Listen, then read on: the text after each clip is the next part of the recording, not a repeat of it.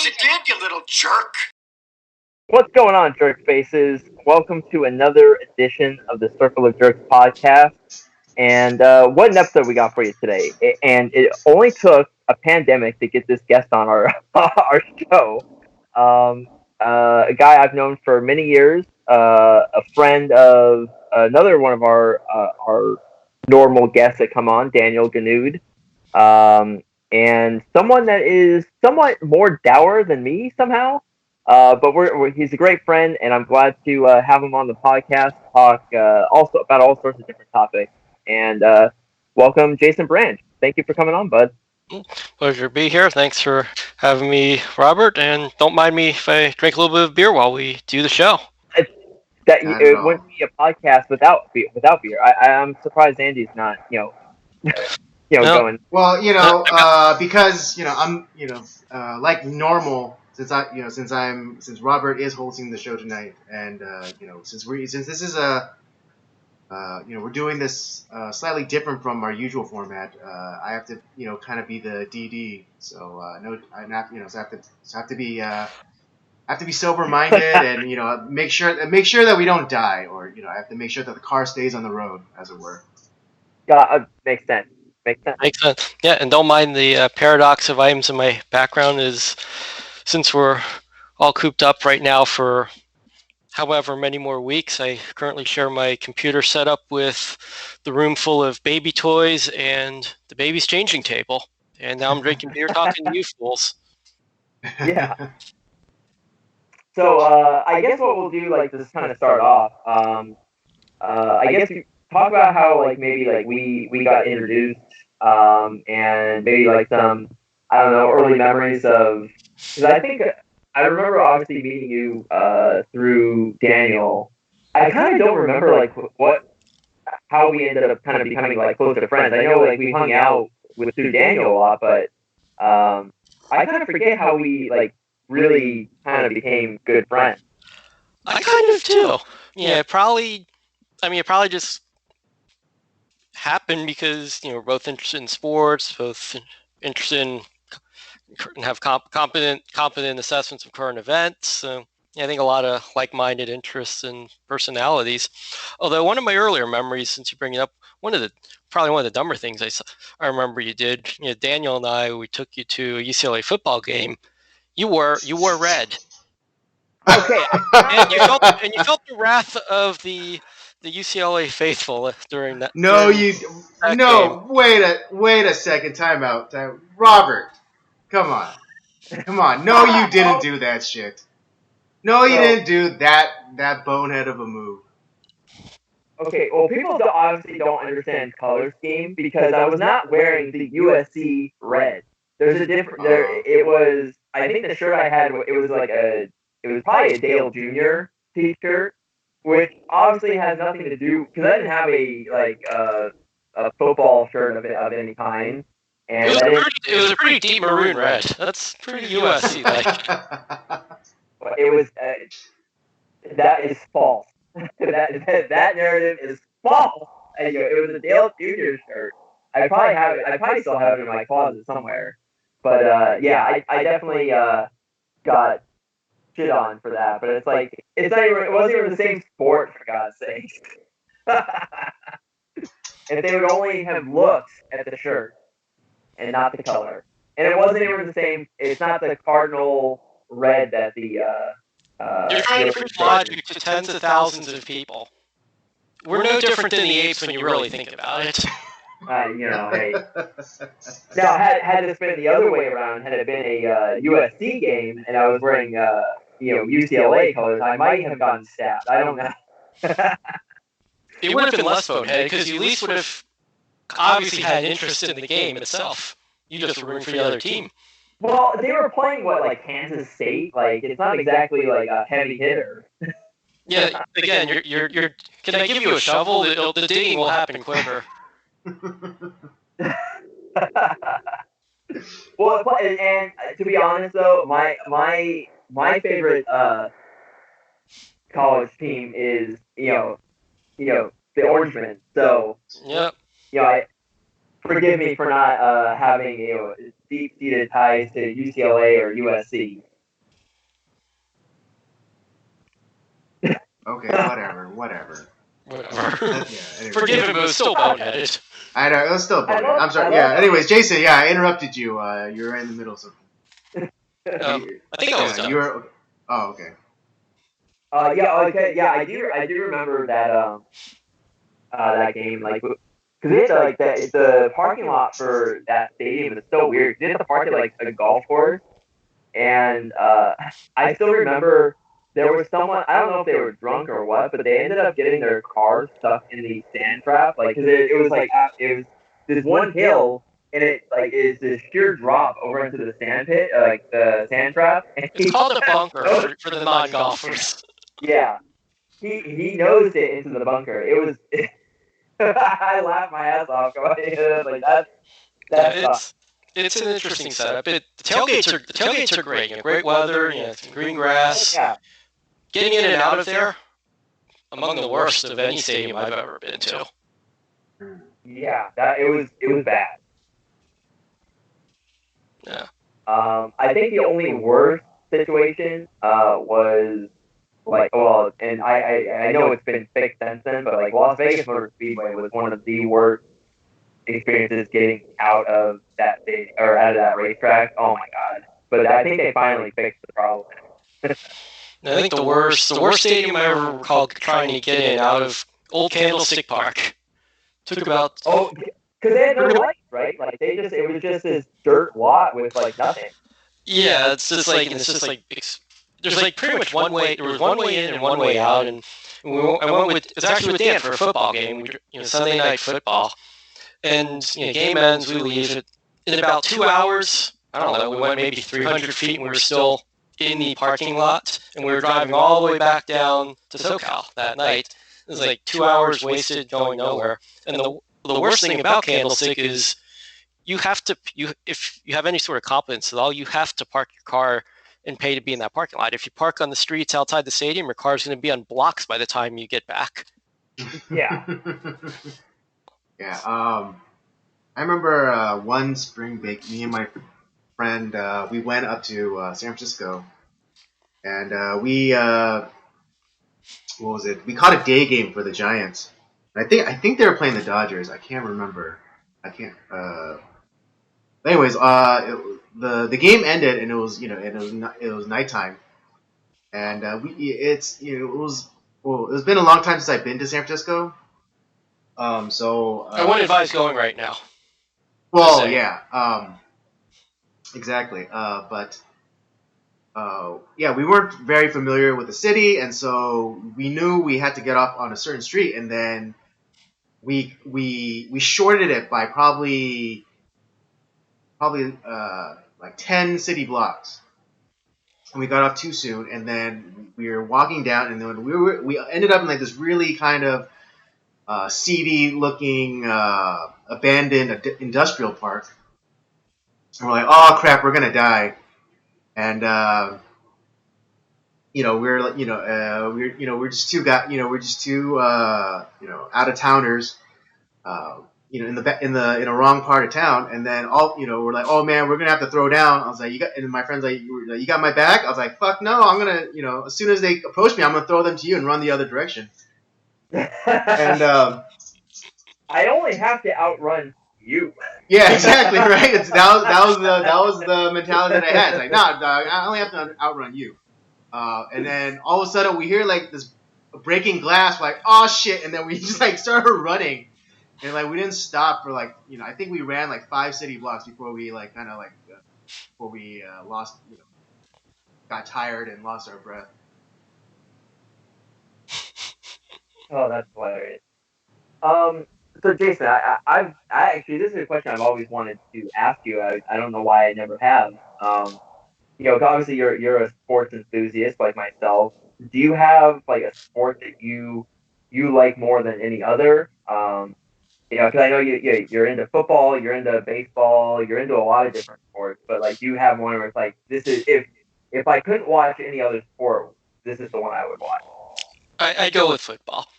I mean, you go with football. I would. Yeah, it's the ultimate team game. Starting rosters are 53 players, and you start 11 on each side of the ball, and then you have special teams. You really need everybody. It's the one, while one person can and definitely can make a difference in football, it doesn't happen without everybody. And being that the regular season is now only 16 games, in my opinion, for some idiotic reason, about to potentially go to 17 in a couple seasons. Every game means so much. I still enjoy watching a baseball game. I enjoy watching basketball. I love watching hockey. Hockey, I think, is even the best to watch live in person. But when you have 82 games or 100, but when you have 82 games or 162 games in a regular season, each game doesn't mean quite as much. Football, the intensity of the fans, the players, coaches, every game is in effect a sort of elimination game because you're only guaranteed 16 a season. And for those who are fortunate enough to be able to go to home games, you only get 8 home games a year guaranteed. Yeah. And unless you're the Chargers, then you have 16 guaranteed road games a year. Yeah. This coming from because Jason lived in San Diego for a long time, and I also am one that says the Chargers should never have left San Diego. That is the city that they belong to. And when they left for LA, I was like, this is the dumbest move that this franchise could make. Well, it was purely for money and to try and increase the value of the team being in the second largest media market as opposed to, I don't know, whatever San Diego is, probably 25 or some much smaller number. But they paid $500,000 in the relocation fee. They play in front of a soccer stadium that they can't even fill up with their own fans. And guess what? The Spanos family, they're still renting as renters. They don't have a home. Oh my god! So that makes me happy. I'm not even a big football fan, but something about the move, the Chargers move to LA just didn't feel right. See, like the Rams moving back to like Los Angeles, they were originally from Los Angeles. Okay, cool, that makes sense. But I don't know, the LA Chargers, it doesn't have the same punch to it. It just hits the ear kind of wrong. I lived down there during kind of what some would probably call their heyday when they had like LaDainian Tomlinson, Philip Rivers, and earlier in his career, they were a perennial playoff contender. Mm-hmm. Yeah, it's weird. It is weird, and even living down there, you look around, you didn't see a whole lot of passionate support there. So I can certainly understand the frustration as part of ownership and even some of the players that the team wasn't drawing well, but ownership's complaining and trying to rip off the city of San Diego for a new stadium. But meanwhile, they can't fill the one they have because they're not consistently providing good on-field experience. All they did was, they break everyone's heart, and just the pure economics of it were challenging too. Football tickets are very expensive, and San Diego, while it's a beautiful place and there's some very strong industries there, it's not. There's a little bit of a misconception. It's not a true quote like rich, super wealthy city like say, Los Angeles, San Francisco, and so forth. Yeah, it's. I always say it's a big city with a small town feel. It's really it's much nicer than Los Angeles. As much as I've grown up here my whole life, but there's times that I fucking hate Los Angeles. But it's my home. When I was in San Diego, it only sucks. It only sucks because of all the transplants. Yeah. Very nativist perspective there, Andy. But Dude, you've not been here. You have not been here during Thanksgiving time because during Thanksgiving time and like the holidays, LA empties out. I know. It completely empties out, and it's. This isn't the first time I've lived here. All right, and everything is as it should be. Like you can get from downtown to the beach in like under 30 minutes. As it should be. As it should be. So how are you feeling about right now with empty freeways? I mean, you could probably do that in about 25 minutes if you're so daring with your speedometer. It takes me 10 minutes. Oh, I am. Yeah, and it sucks too because like the gas prices are dropping, and it's like I have nowhere to go. Like I don't have work. And all the bars or like the restaurants are mostly shuttered, or they're only doing takeout. So it's like gas is like plummeting, but then I can't enjoy it. I can't go on like a what's that? There's nowhere for me to go. You said you've been preparing your whole life for situations like this where we go into lockdown. Shouldn't you be like filling gas cans and burying them in your backyard right now for the next time? How do you know that I already haven't?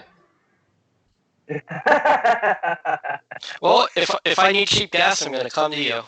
Exactly. All right. Yeah. I'm the secret low-key spot. You gotta know the secret. You gotta know the handshake. All right. I will find that out. But yeah, I'm actually speaking of driving. When I went to Costco on Thursday to get the next 2 weeks supply of stuff, my oil change light came on. Guess I don't have to worry about that for at least a few weeks. Right. Yeah, I mean, it's like, because I need to change my oil too, and it's like, it's where I can do it myself, like technically, so that's not a problem. But it's just like, man, this is. But after working, as much as I've been working, I don't want to do it myself. No, well, I'm not even motivated to go take it because if my service shop is open, I'm just putting myself in contact with and risking my health or their health. And right. Look, yeah. We're made to drive 2 miles to Costco. I don't need oil right now. I'll wait till we return normal. Yeah, I'm coming up. I'll be coming up on my oil change too, and I think in a couple of months. Yeah.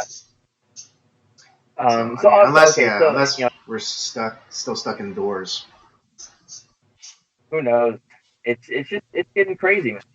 Yeah, I haven't shaved in 15 days, except for like the cheeks and the shadow, so it looks somewhat groomed. But I'm not feeling very motivated to do full on trimming right now. It's just I'm gonna grow with the shutdown length of time. Yeah, like my hair's starting to get like pretty long now, and I'm like, I really want to get a haircut, but just can't get a haircut. Right. So. Yeah, it's kind of like women. It's kind of like women in the wintertime where they don't bother shaving their legs.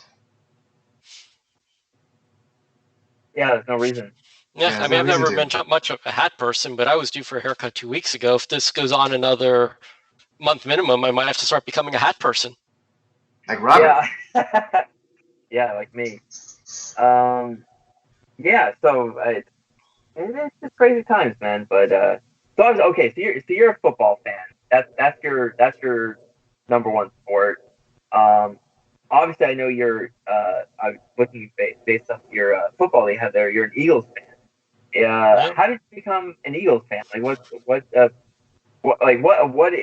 is your team? Like, 'cause I know you like. Are you just like I just love football and I don't care what team I'm watching, or is it like these are the teams like that I really like? So I mean, the only team that I'm a fan of, number one, the Eagles. I mean, I'll watch football games just if they're on because it's football and I find it entertaining and intriguing. But how did I become an Eagles fan? That's easy. It's my dad's fault. And why? It's like that old PSA, with the kid, and it's like, exactly. I learned it from watching you, Dad. And you might have a similar story too, RJ. And why is your dad and why is my dad an Eagles fan? Because his dad was an Eagles fan. It's his fault. Right, and on and on and on. Oh, my grandmother is a diehard Buffalo Bills fan, and I've been there since all the terrible seasons. And it's not that like they've been like Cleveland Browns, Detroit Lions 0-16 bad. I think because at least there you get like good draft picks, right? My team has been like mediocre bad, where like they're 9-7, 8-8, 7-9, and you're not getting any good draft picks. That's the worst. Yeah, that's like either be really good or just fucking tank. Yeah, I mean, I mean, until a couple of seasons ago, the last 15 years of the Dallas Cowboys has been excellent. They've been an absolutely horrible performing team on the field, and they would finish between 9 and, it'd be like 7 wins, 8 wins, or 9 wins. So they always get terrible draft picks. But in the case of the Bills, at least they're with mediocre picks. You're still remaining mostly competitive. The Browns, like the Bengals, they've had a lot of top 5 picks, and they're still terrible. Oh, I outside of I think the 2 worst teams run franchises in the National Football League are the Cleveland Browns and the New York Jets. They're fucking awful. The Browns have had how many number 1 draft picks and they still fucking suck. They're so bad. I mean, it's you have the joke of the fan that wears the paper bag over their head. I don't know how they have any fans. Because the real Browns fans, they're Baltimore Ravens fans because that's where the franchise actually went. No, they left. the Browns fans have stayed loyal. That you cannot take that away from poor Cleveland. Their fans have still shown up, no matter what. And I feel so bad for them. Yeah, I do feel bad for the Cleveland Browns fans because they've been loyal. They suffered through so much. Although after the latest incident last year, I'm feeling a little less terrible for them. Yeah. Well, first, they need to go back to the original uniforms. The ones they have now are fucking suck. They're college unis. They're awful. Yeah. Oh, we're gonna go on a whole rant about fucking jerseys. My old man rant about jerseys, and it pisses me off. Well, speaking of terrible jerseys. Well, actually, 2 things. One, the new Jets uniforms. Those look like college uniforms too. Apparently, if a professional football team is putting its city or its name on the front of the uniform, like where the numbers is, that's college shit. What? We know you're New York Jets, or should I say the New Jersey Jets? You don't even play in New York. Exactly. I root for the only New York team. The Buffalo Bills. We're in Buffalo, New York, where we're gonna live and die. The the Giants and the Jets, fucked off into New Jersey. They're not even in New York City anymore. But it's kind of like how the Angels, they're not in Los Angeles, but they claim Los Angeles. It's a revenue. It's a bigger market. Yeah, they gain more revenue by saying they're New York and not New Jersey. It's like. Yeah, but two other terribly run franchises you forgot. The Bengals. Come on, let's not forget the other team. They've been pretty bad too. And at the top of the show, we talked about the Chargers. I think they're a pretty horribly run franchise. How many years with Philip Rivers did they waste and achieve nothing? One conference title game appearance with 17 years of Philip Rivers. It's a horribly botched attempt to get a new stadium in their city. Relocation that really makes not even great financial sense, at best questionable financial sense, and they don't even have fans. The Browns have fans. The Jets, it's dwindling, but they still have fans. The Bengals still have fans. The Chargers do not have fans. The Jets they find a way to fumble their way into fucking iniquity. They are just so awful. It's like I would be. I'm sensing some bias from a divisional rival here. Remember, they did make two conference title games with lowly Mark Sanchez within the last 15 years. But they find a way to. They've been better than the Bills. Hey, you know what? We've also been to a Super Bowl since within less than 50 years ago. Yeah, it's the Jets haven't been. They've been to a couple of conference games, but they haven't been to a Super Bowl in 50 years. Nope.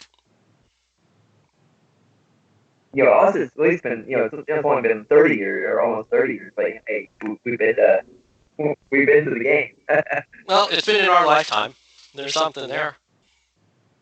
That's true. I was there for the fucking horrible Scott Norwood missed field goal, the pummeling that the Dallas Cowboys gave us, and then the I forget the one with Washington, but I know I watched it.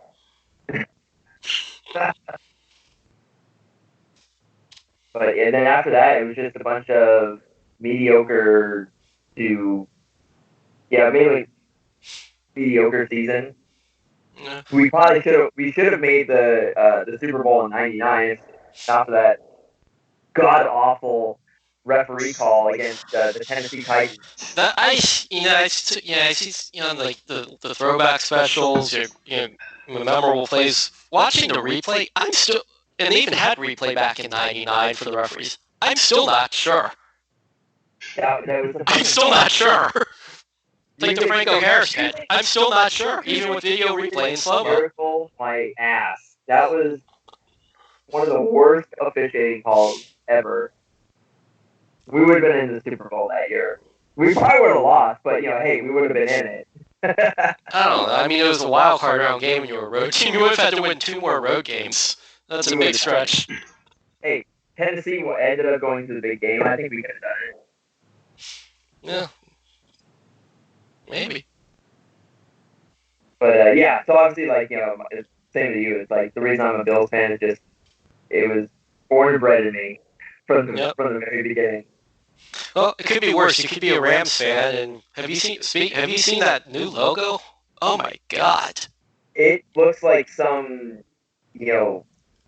I can't even explain how it's awful.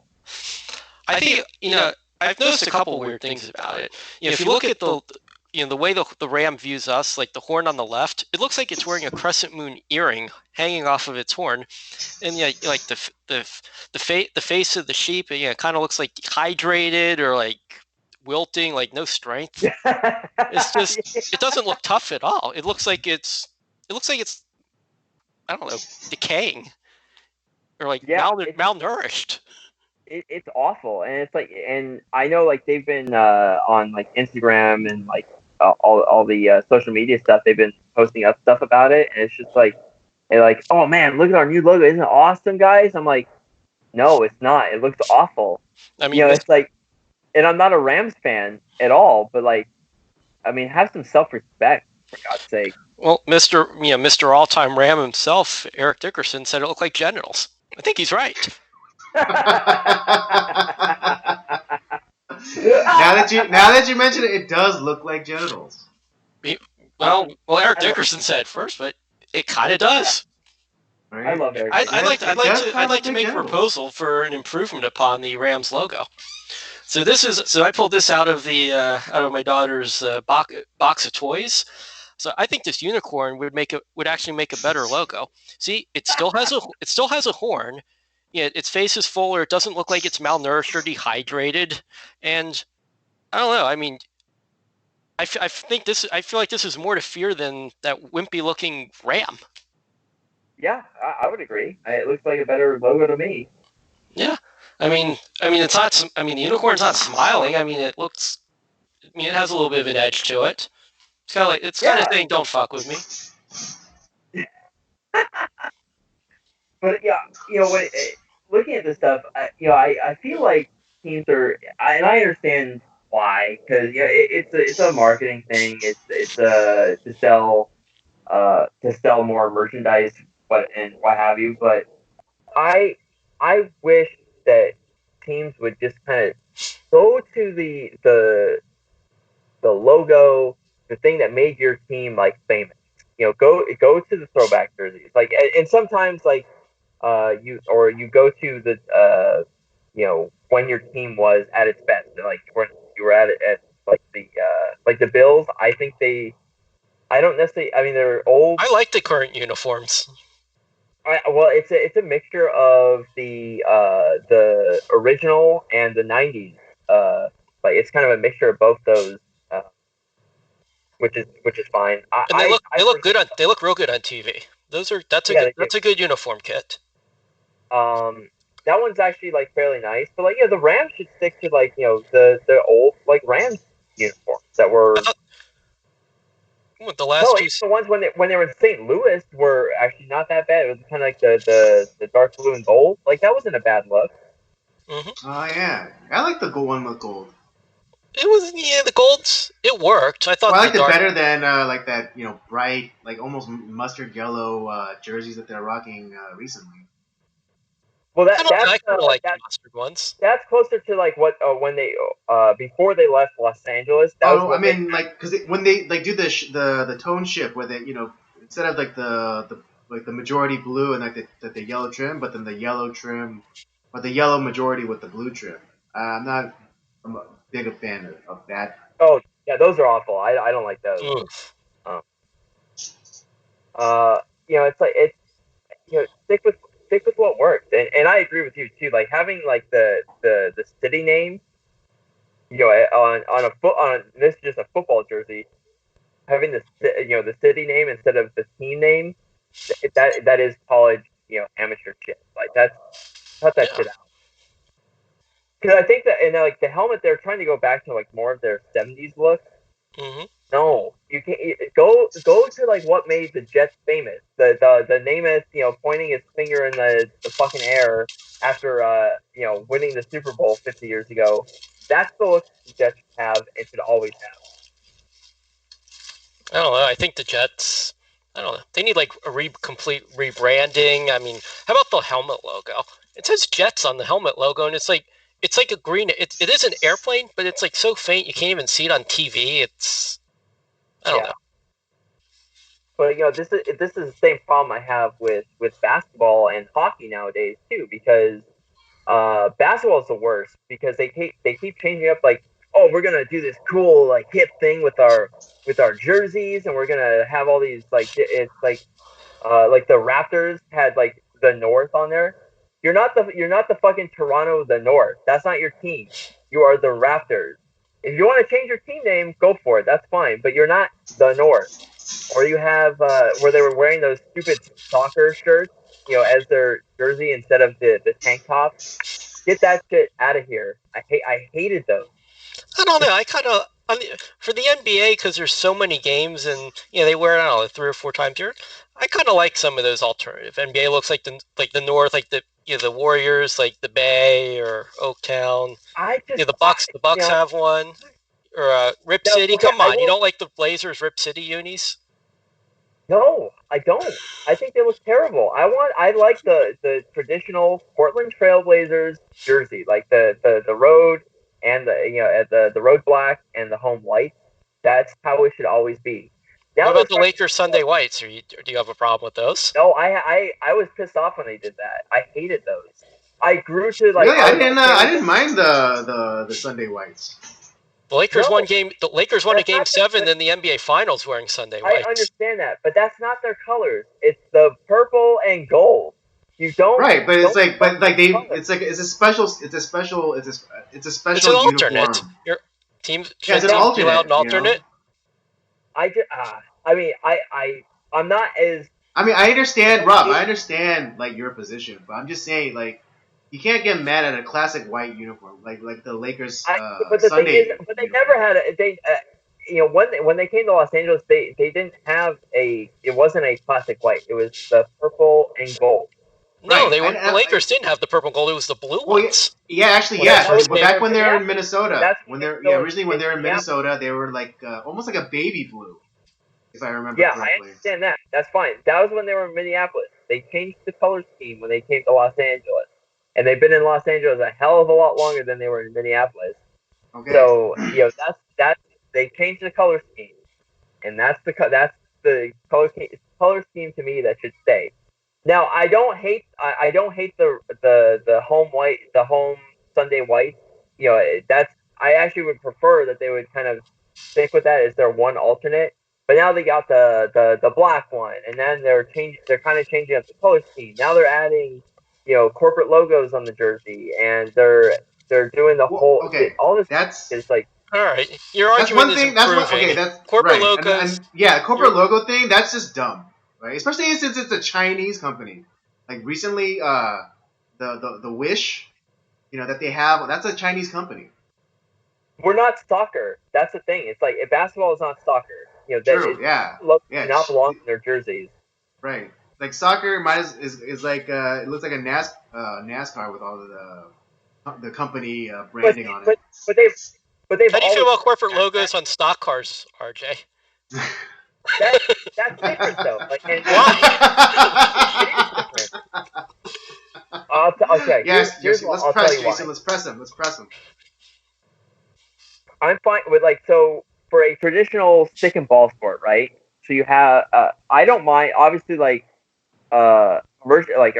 branding and advertising has always been a part of stadiums, right? Like so you have even people say like, oh, I wish we could go back to something like Fenway Park. Well, like Fenway or like the Fenway Park, that was actually I think like a realty group or an insurance company back in the turn of the century that is defunct now, but that's why it's called Fenway Park. And Yeah, like Wrigley. and so there's always been advertising as far as like the stadium goes. That's fine. Obviously, teams need like extra revenue to put a good product on the field. Now, when it comes to NASCAR, though, and now NASCAR didn't always have sponsors on the cars. That came at a probably for a good 30 years of the sport, almost 20, 30 years in the sport. Advertising really wasn't a thing, and it wasn't until STP came to Petty Enterprises to Richard Petty and said, "Hey, would you be kind of considering like putting your logo on our car? We'll pay you a certain amount." And for people who are obviously Petty, Richard Petty and Petty Enterprises, they were racing all the time, but they weren't necessarily making a ton of money. So any extra money that you can gain from those advertisers to make the team better, they're going to take it. It's like, yeah, sure, that's an extra motor that we can buy, or that's more tires that we can to outdo the competition. Now, when it comes and once that hit off, more teams started to get into like drawing in sponsors, and that's where like where I kind of came into, or like I've been watching since '89, and having sponsorship was a huge thing, and it's kind of it's not quite as significant today. I mean, advertising dollars are still important, but like back then, you'd have sponsors like it was one sponsor. So like Dale Earnhardt he was the GM Goodwrench Chevrolet. Ricky Rudd drove the Tide Ford. Dale Jarrett drove the Quality Care Ford. Bobby Labonte was the Interstate Batteries Pontiac. Yeah, those were, and these drivers were synonymous with these sponsors. Nowadays that's changed up a little bit, but to me, I don't think the NASCAR side of it is as equivalent to, like a stick and ball sport. Like, wouldn't you be pissed off if they started putting corporate logos on like the Dodger jersey or a Yankees jersey or a Red Sox jersey? Like, I think that would be horrifying. Yeah.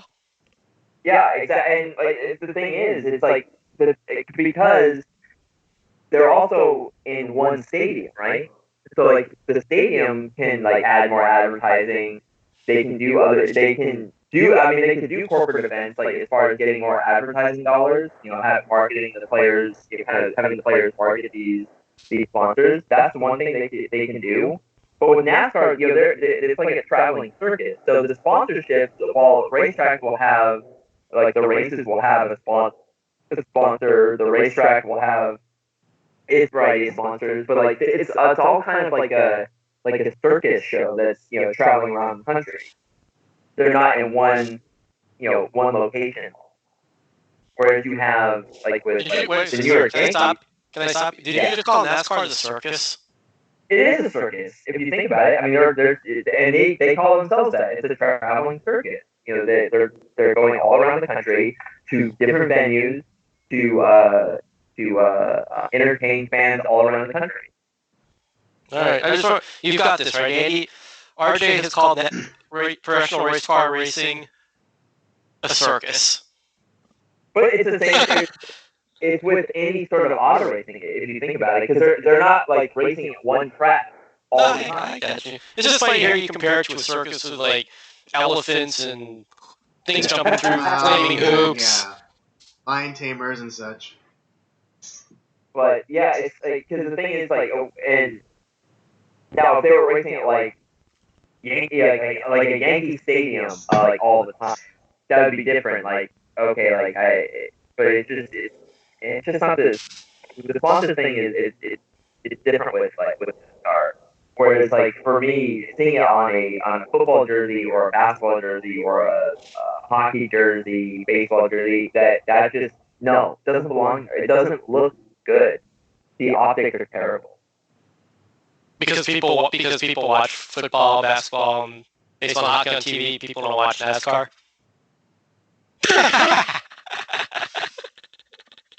Well, like I said, a lot of time, I think that with NASCAR it is different than it is with like I'm with you. I mean, so like I said, in like a stick and ball sport, it's a uniform, right? It's a team sport. NASCAR is an individual sport, ish. Well, it's a team sport. More like it's not just you can have a great driver, but like if you have like if the team didn't prepare the car well, you're gonna run 30th. It's just or if you blow a tire, you're not gonna win the race. So it does take a team to win in the Cup Series or in any sort of motor racing. And it's just a team sport in a different way. All right. But I still say advertising does not belong on stick and ball sports jersey. Sorry, it just doesn't. I don't want to see it. Once the NBA went to that, I was like, I've kind of checked out. What if baseball went back to putting Spider-Man on first base? Would you check out of baseball? Because I know that's number one in your heart. To be honest, I'm with stuff that's happening on in baseball right now. I'm close. I'm real close. I am so mad at baseball right now. I mean, like maybe the biggest cheating scandal ever, just because we're in the era of big media and news travels quickly, and they completely whiffed. They didn't levy any sort of effective punishment whatsoever, in my opinion, that will discourage anyone from trying anything like that again. Here's the thing. Here's why I think this is actually worse than the steroid scandal. Oh, it's totally worse. Oh yeah, exactly. Because it might be the worst scandal ever. You think it's worse than the Black Sox scandal? Because it's 100 years later. We're in an era of big media, social media, TV, radio. Things travel so much faster. Yeah, I think it is a bigger deal, especially because the lack of punishment is so prominent. Yeah, there's no hiding. It's not like the radio and the newspaper is the only way we get our information now. Yeah, well, to me, it's like, at least with the steroid scandal, like, there was individual players kind of acting on their own roguishly, maybe with, kind of like a wink and a nudge from the commissioner, like, yeah, go for it, guys, we're getting our fans back. But like here, you have it from like top down, from like ownership from the teams and all these coaches and players that are in on this thing, and it's like a huge fucking conspiracy, and nothing was done about it. It really was kind of a. It was. That's what it was. Slap on the wrist, and like even like the attitudes of the players the owners. So like the non-apology from the Astros owner, where it's like, it was more like, I'm sorry I got caught. Right. There's no remorse. That press conference, I was like, had they just come out and said, yeah, we cheated and we won, so what? I would have respected that at least. I would have had more respect for that. They at least owned it. Mm-hmm. But that fucking press conference that Jim Crane and the rest of those assholes had, that just like infuriated me. Oh yeah, I mean, his punishment. I wouldn't say we cheated. We broke the rules. Yeah, let me tell that like when I cheat on my girlfriend. I wasn't cheating on you. I just I broke the rules of our relationship. I wasn't cheating. I was just stooping. I was just stooping this other chick. Not the same thing. Yeah. Not the same thing. I found something a little bit better, but don't worry, I was coming back to you. It's like that's not how it works. Right. Yeah. But the complete lack of remorse among ownership, the complete lack of remorse among the players, is despicable and embarrassing. And we're already talking about a sport in baseball that's it's been on a pretty steep decline for at least the last 10 years as far as fan attendance, TV ratings in most cities outside of Los Angeles or New York. It's like how do you win new fans or keep fans from leaving when you have a major scandal where nobody has any remorse and the only punishment has been $5 million to a mega millionaire owner and a couple of draft picks when baseball has like 50 some odd rounds of drafting. What's the discouragement from anyone trying to do that ever again?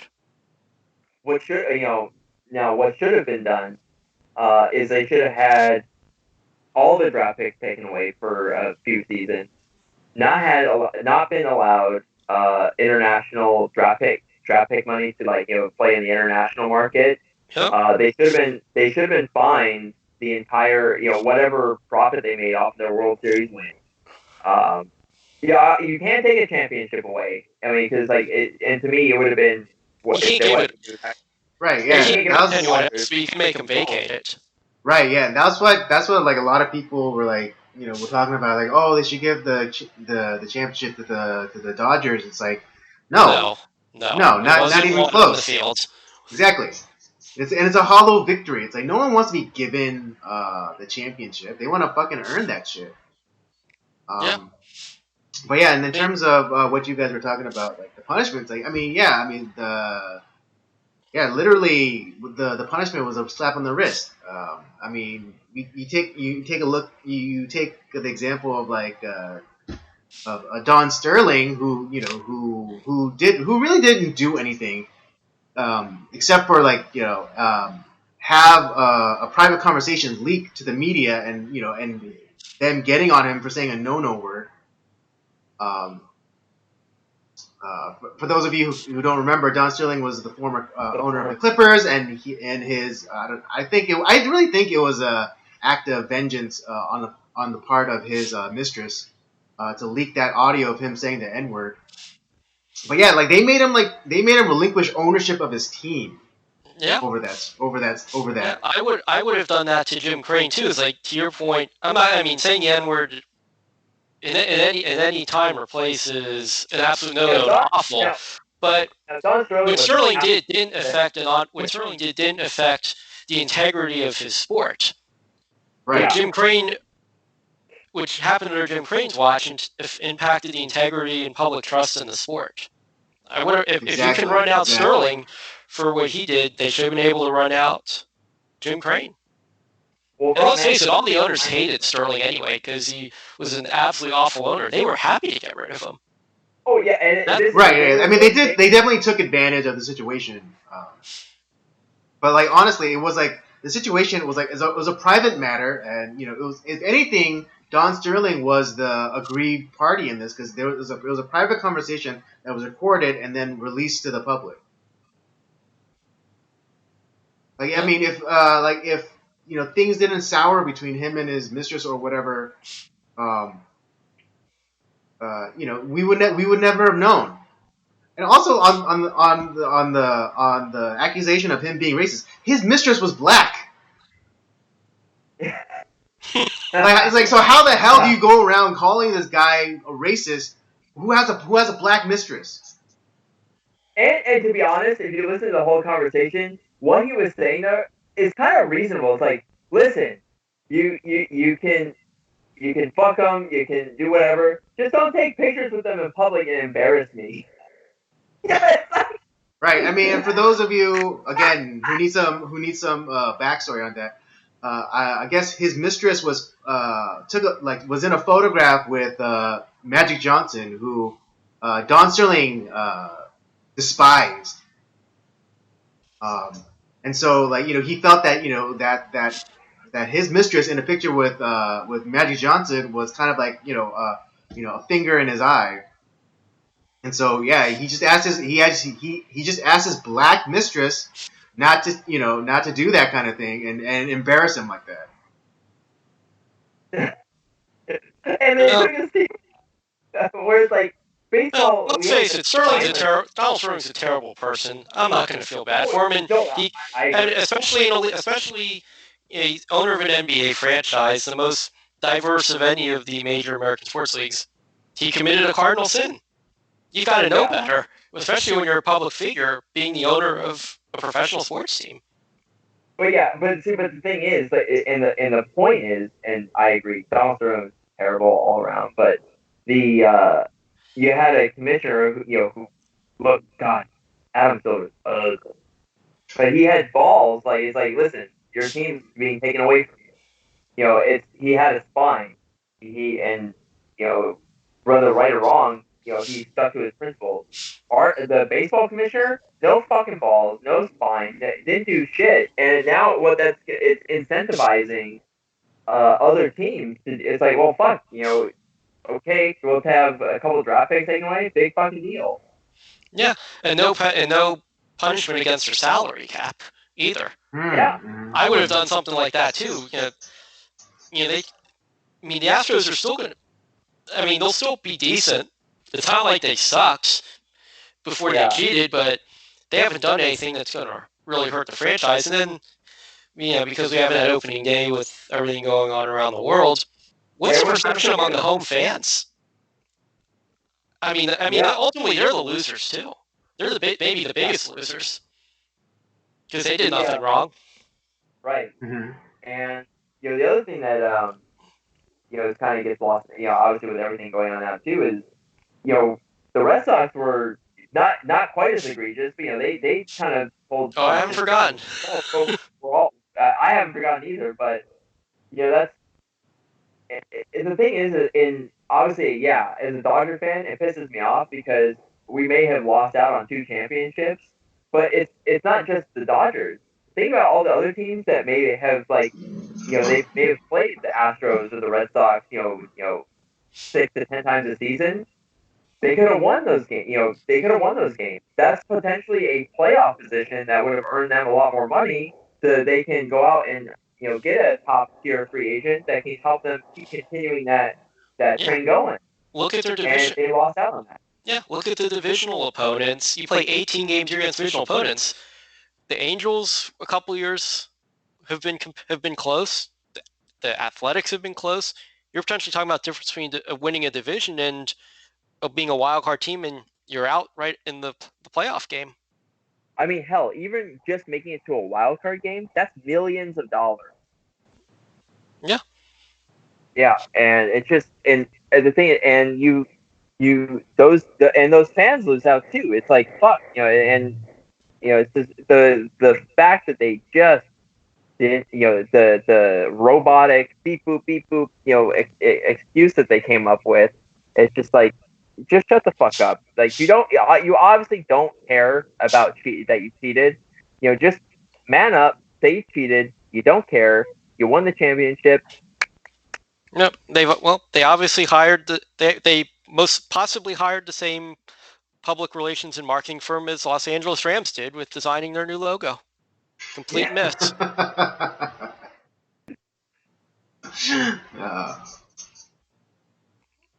Oh God! Yeah. I'm so happy because I haven't talked to you. Well, we kind of talked over text messages, but it's good to seeing your face and talk to you about this. Likewise, I haven't seen much of you in a while. You've been buried behind all those postal boxes that you've been helping deliver, especially during everything going on right now.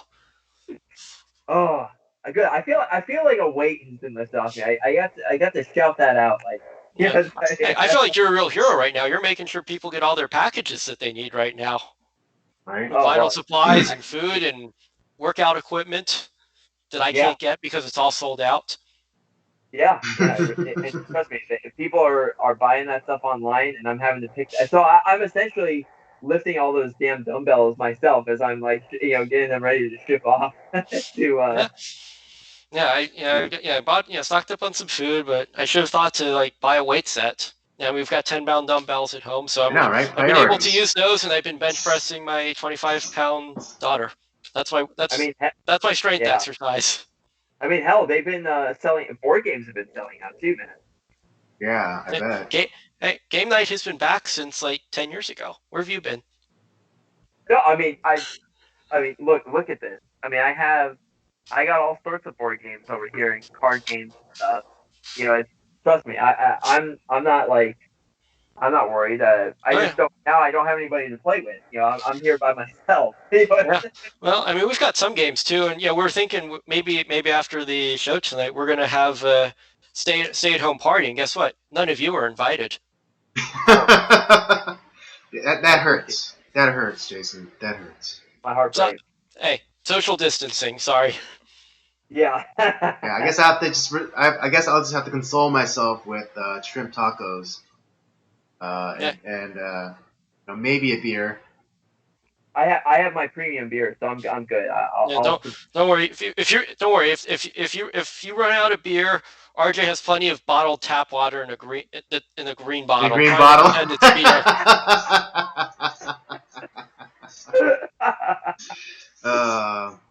I know. Hey, don't. But yeah, I mean, think like from the beginning of this podcast, I think Robert's been doing his best to try and get that Rolling Rock money. Yeah. Dude, if we got sponsored by Rolling Rock, you know how happy like I would be like, Come on, if this podcast got sponsored by Natural Light, that would be a major victory. yes, I like fuck Rolling Rock, Natural Light, man. That's where it's at. Yeah, I mean, it's kind of like what I say. It's like, hey, give us a check and maybe we'll talk nice about you. Well, it's that Dave Chappelle bit where it's like where he's talking about like he's been sponsored by Coke, sponsored by Pepsi. It's like well they're like Dave, which one tastes better? It's like who paid me last? Yeah. Well, hey, I'm enjoying this from the craft beer shop near us from Unibrew, Blanche de Chambly. When I went to Montreal 4 years ago, one of the best beers I've ever had on draft. It's a wonderful drinking experience. And the brewer of this Unibrew that makes they make the Trader Joe beers. Okay. Yeah, so it's good stuff. Yeah. What style is that beer? Belgian style white ale. Says right on the label. Okay, nice. RJ's label says bottled at the source, LA River. So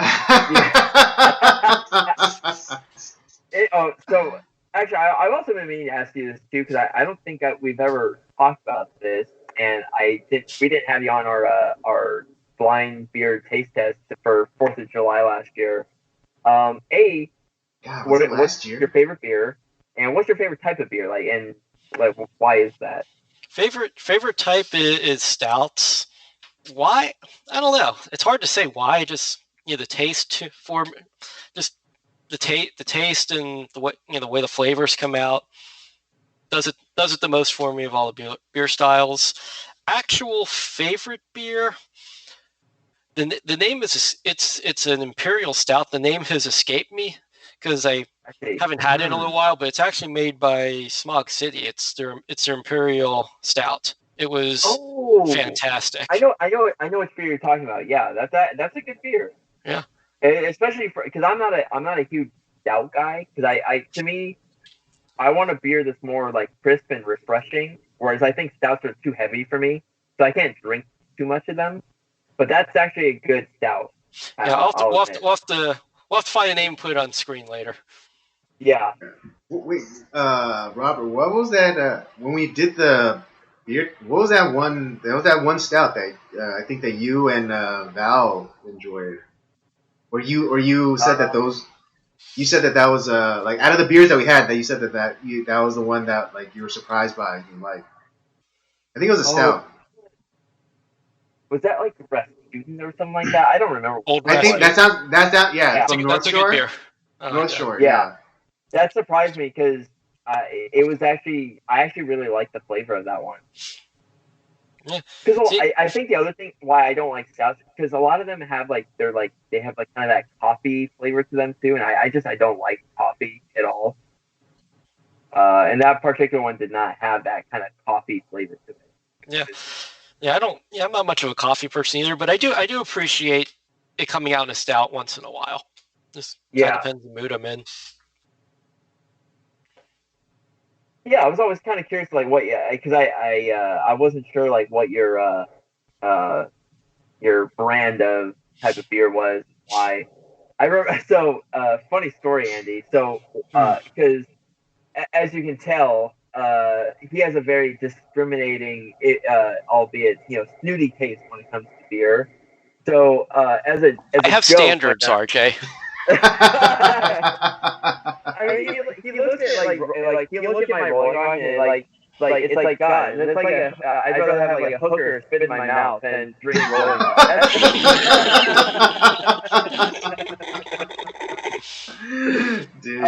But anyways, so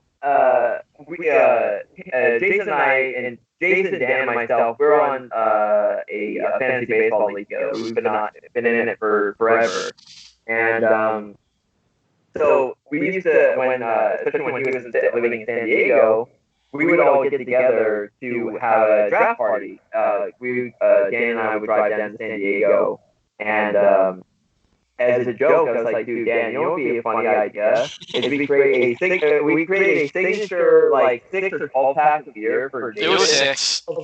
Yeah, it was a signature 6 pack of all the fucking beers that I know that he hates. So, and we did that I think like 2 or 3 years in a row. Several times, actually. I think it was at least twice. Yeah. Oh man. I think my favorite one was New Year's Eve when you and your wife came up for New Year's. Yeah, that was only 2 years ago. Yeah. But I created I had this whole storyline came up and how I crafted it. We had Pabst Blue Ribbon, we had tours, original tours. What else did we have? We had Budweiser in there. Keystone. Yeah, Keystone Light. Yeah. The off-brand Coors it's the same company. Master beer curator. Keep your day job. Yeah. But yeah, it's just the look on his face, like, what the fuck did you just laugh? But he's like, this is, I can't believe I had to drink this swill. No, and as I recall, I believe I lasted longer that night on New Year's Eve than you did. Because I was drinking water. Shots fired. Yo, man. Although I will say because one of the beers in that New Year's pack that we got was that Buddha beer. That was okay. That wasn't too That bad. was actually not that bad. I was for a Chinese beer. That was not that bad. Yeah. I mean, I've had Qingdao before. I bought it mainly for the bottle because that bottle was of course. awesome. It's a cool bottle. Yeah, Chinese beer was, from my experience being there, was not on the list. Not bad. Qingdao was not a good beer. But you want to talk about real nasty, in my opinion, liquor is called Baijiu. It's like in a blue bottle. I'll go get it. Okay. It's part of the story. All right, do share. Show and tell time. Yeah. Dude, when Dan, because I think Dan and I ended up spending about $100 on beer, just creating that 6-pack. Oh man, great. Okay, so this is the empty bottle of the Baijiu I had while eating Peking duck in Beijing. This stuff tasted it's just so bad. It's like, I don't know, like expired licorice, but it's really strong, and you get in this tiny little bottle, and it just tasted so terrible. And they kept pouring it in, the table of us, I don't know, there were maybe 7 or 8. We finished this, and I just felt so compelled to keep the bottle because it's kind of a nice looking bottle and a trophy for drinking this stuff that was so awful. Oh man, yeah, that does. I actually wonder if my girlfriend knows about that drink. She probably maybe. does. I mean, what part of China is she from again? She lives in Chengdu, which is in what the hell is the province? Drawing a blank. Sichuan. She lives in Sichuan. That's right. Oh, Sichuan. Okay. All I had to remember is like the province she lives in. I just think of Iron Chef Ken Kenichi, who is from Sichuan, and like his style of cooking from Iron Chef was Oh. like Oh, from the Chinese. Japanese one, right? The Japanese one? Yeah, Not the yeah, American. yeah. Okay. Yeah, Yeah, the I'll real ask her one. about it. I don't know if it's regional or not. Probably not. Yeah, but I guess like one other question I have for you, and more of for my own curiosity. You obviously you've been married now for a little while, and I'm going down that road myself, and I just Well, I hope you're not drinking Rolling Rock while you're driving down that road. no, this is not a road that was fueled by Rolling Rock. Okay. It's a sober road. Trust me. Okay. The other road that I was trying to go down that may have been fueled by Rolling Rock and a bunch of other alcohol, but that's a different story. that road was rough. That road was rough. God. You're better off not driving. It's a good thing you found the exit before the road ended. Oh man, Yeah, it was that a rough road was road, rough. but I got back on the highway. And obviously, like your wife, she was not an American citizen initially. And like how did Oh, you you did guys the 90-day bride too there, Jason? Yep. 90-Day Fiance. No, we met on an online dating app. She was she'd originally come to the United States, visit family in Houston. Then she has an aunt in San Diego that found out she was visiting, flew her out, and she was like down in Chula Vista, part of San Diego where you were living, which kind of boring, not a whole lot to do. So after a couple weeks, she got bored, and one of her friends said, "Why don't you try this online dating app?" At the same time, I'd been doing it for a couple years, and it just kind of became a full-time job. I was just sick and over it, so I got rid of all my online dating apps. I kept this particular one, and that's the one she signed up for. Oh, yeah, it's wow, weird that like online dating has become. Well, I mean, I don't know. It's because of online dating, but it probably is. But it's online dating has become kind of like finding a job. It becomes it becomes a full and it becomes, and kind of like finding a job, it becomes, paradoxically, it becomes like a full-time job. Yeah, that's what had gone off the rails for me. It's like, I'm just gonna take a break. It's like, I'm getting rid of all these apps, but this particular one, it could only be one person a day. It's like yes or no. It's like, all right, it won't be like a full-time job. It's just one a day. It's like, so I'll keep this one, and that's rest is history. Yeah, that's and obviously like you're a happily married man now. You have a young daughter, which is awesome. Yeah. I know you kind of went through like kind of a lot trying to get all that stuff sorted out too, and obviously lots of piles of paper. Yeah, you're gonna probably want to buy a printer or have a big budget for going to like FedEx, Kinko's, or something. Yeah. Yes. Instead of food, stockpile of printer ink. Yeah. Yeah. Well, hey. And no sniffing it. Yeah, exactly. But I mean, like hell, I mean, you meet the right person, it doesn't really matter, like kind of the hoops you have to go through. If it's worth the effort.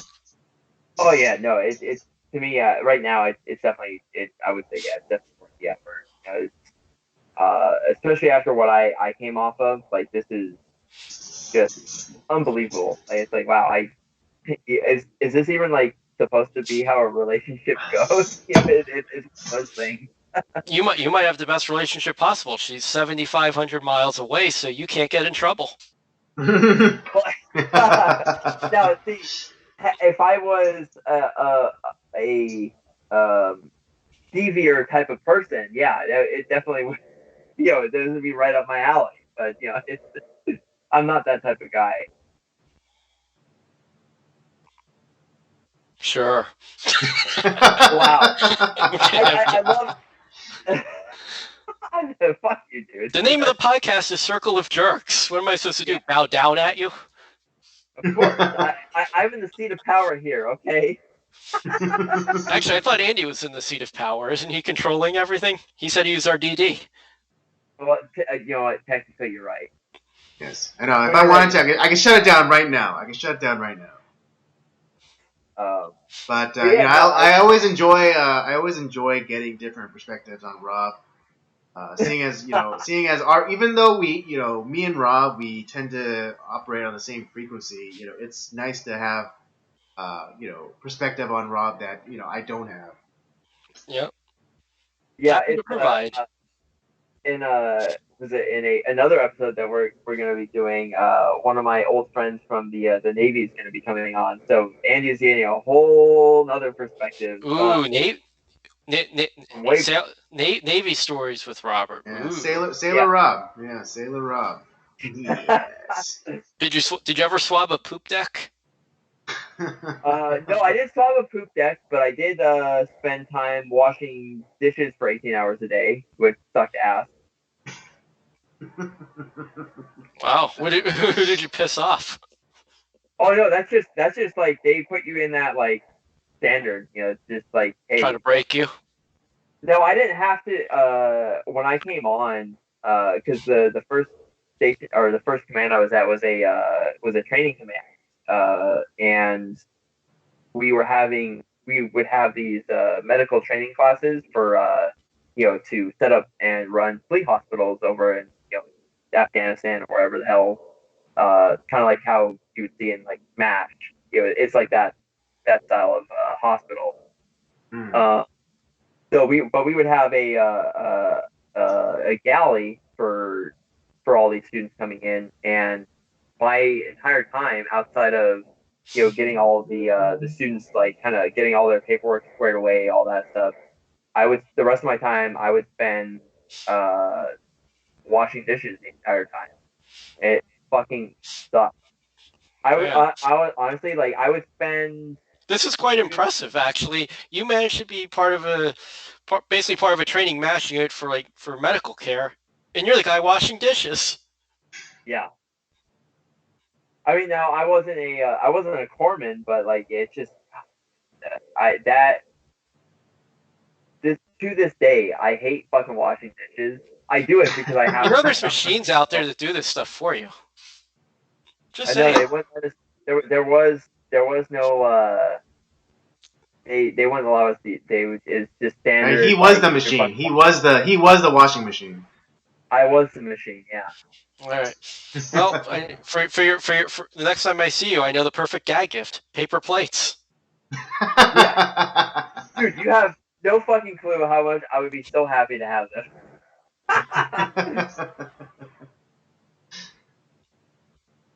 But man, Jason, thank you so much for coming on. Of course, happy to be here and definitely want to do it again. Yeah, of course, man. We definitely have to have one with you and Dan on together. It's a shame Dan is technologically challenged and wasn't able to join us today. Well, among many challenges that he has, that's one of them. And but no, it's just that I've been wanting to have you on forever. I know you're a busy guy, and it took the world shutting down to get you on our podcast. So it's quite an honor on my part, and I'm glad to have finally been able to join, and look forward to being part of some more in the future. Yeah, definitely, and give your wife and daughter my best, and hopefully I'll be able to see them in person sometime soon. Yeah, hopefully before this year ends. Yeah, that'd be great. Yep. That'd be nice. All right, and good to see you. And it's been a while. Good to see you again, Andy. Likewise. Yep. All right. All right. Well, I guess we'll end the episode there. It's been a great episode. If you're looking to reach out to us on social media, we got obviously it's the Circle of Jerks podcast on YouTube. You can contact us on Twitter at podcastcoj, Instagram Circle of Jerks podcast. On Tuesdays around 8 o'clock ish, Andy and I do our nocturnal transmissions live stream. We're talking movies, we're talking current events, or just random shit that comes into our brain. So if you're looking for something to do on a Tuesday night, especially nowadays with nothing fucking going on, come join us in the chat room. We'll interact. We'll have a great time. And yeah, you can meet us. That's every Tuesday. There's a whole library of old episodes from the Circle of Jerks podcast that you can check out, including this one. And if you like old school gaming with old me, that's Up by Up Down. There's a whole library of games that I've been playing, and we got some more stuff coming up for that show here coming up. And yeah, that's. Oh, and if you want to hear kind of a summary of our movie reviews, go to Letterboxd at Podcast COJ, and you can interact with us there as well. And newly, within the last 3 or 4 months, I've recently joined the Instagram world. So feel free to check out my content at J_branching out on Instagram. See lots of stuff related to travels and living the dad life and trying to make our own shit up at home to stay entertained right now. All right, yeah, awesome. Yeah, Nice. Go ahead and follow Jason. He's a great guy. He's yeah, we'll leave it in the description also. Yeah. And yeah, that's the episode. Everyone stay safe, wash your hands, don't listen. Cover your fucking mouth. Yeah. Like what we learned, but like when we were like 5 years old. I know, right? Into the elbow, into your elbow. I know. It's like none of this. Yeah, into your elbow. Like, I'm surprised at how many people are like, "Oh, that's how you wash your hands." Are you fucking kidding me? But yeah, wash if you your don't hands. use soap, it doesn't count. Exactly. But yeah, wash your hands. What's that old Marine joke? What's that old Marine joke about being taught not to piss on one's hands? Well, it's I know back in World War One, they if they didn't have enough gas masks, they would just piss into a rag and cover their mouth with it, to help protect them from mustard gas. But that was 100 years ago. I don't know if that A, if it worked back then, and B, definitely doesn't work now. No, and as the Postal Service is saying nowadays for you, RJ, neither sleet nor rain nor COVID-19. Those packages coming. All right, everybody, that's the episode, and we will see you next time. Deuces.